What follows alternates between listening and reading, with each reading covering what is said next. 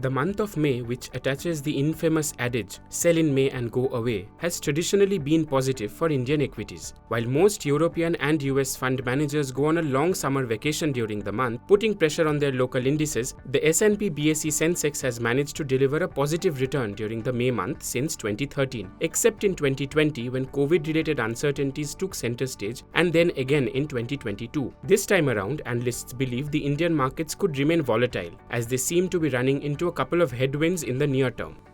Domestically, if you see, things are probably a bit better, except that we have problems with some export numbers. Even the credit growth has not been very good. But despite that, if you see, the level of economic activity is quite good. GST numbers suggest that level of economic activity is good. The only thing is that the markets have already discounted all these good sort of numbers expectations.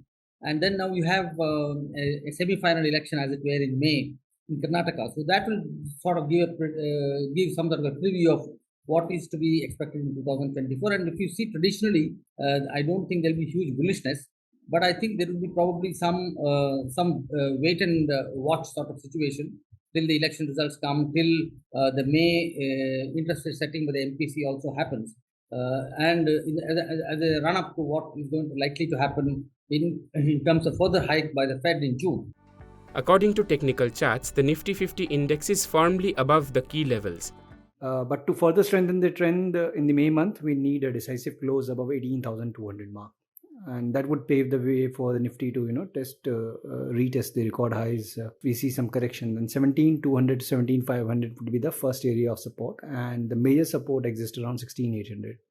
So broadly, this 1,200 point kind of a range is something that we are eyeing in the index. And on a similar line for the Sensex, 58,400, 9,150 is a zone basically where we have the first line of defense. And for any fresh momentum, we need a close above 61,350 levels.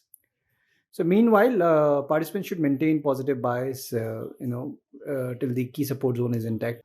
Against this backdrop, analysts suggest investors buy into a market correction. As a strategy, Bhatt of Alphaniti Fintech suggests investors should avoid export-driven sectors in the near term. Information technology is having a bad run now, largely because quite a lot of the big international companies, which are their customers basically, they are downsizing the manpower quite dramatically. And in that sort of situation, our Indian IT companies are unlikely to get huge orders, and even sustenance of the current orders they're working on also is probably slightly nebulous. So IT needs to be sort of avoided.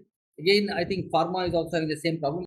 Among the ones that probably have still a good sort of backing is banking companies. They have done very well in the last quarter. The few of them who have come out with results have done very well. And we expect that that will probably be repeated across the board. So most of the banks will do well. Banks continue to do well, as we said. And then, of course, the Indian manufacturing, which is basically to service the domestic sector, they seem to be doing well. Like, say, for example, the defense-related stocks, the auto stocks.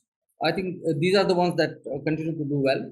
And the sort of infrastructure investments that we're seeing in India, I think the cement sector also is probably favored. And of course, some of the EPC companies also continue to do well. Clearly, investors should avoid selling in May as the Indian economy steadily holds the fort amid global headwinds. On Friday, markets will react to the US GDP data and will track monetary policy action of the Bank of Japan. Back home, SBI Card and Ultratech Cement will be among the prominent companies scheduled to report their Q4 results. If you like this video, share it and subscribe to Business Standard. For more news, views and insights, log on to www.business-standard.com. Do also follow us on YouTube, Twitter, Facebook, Instagram, Telegram and LinkedIn.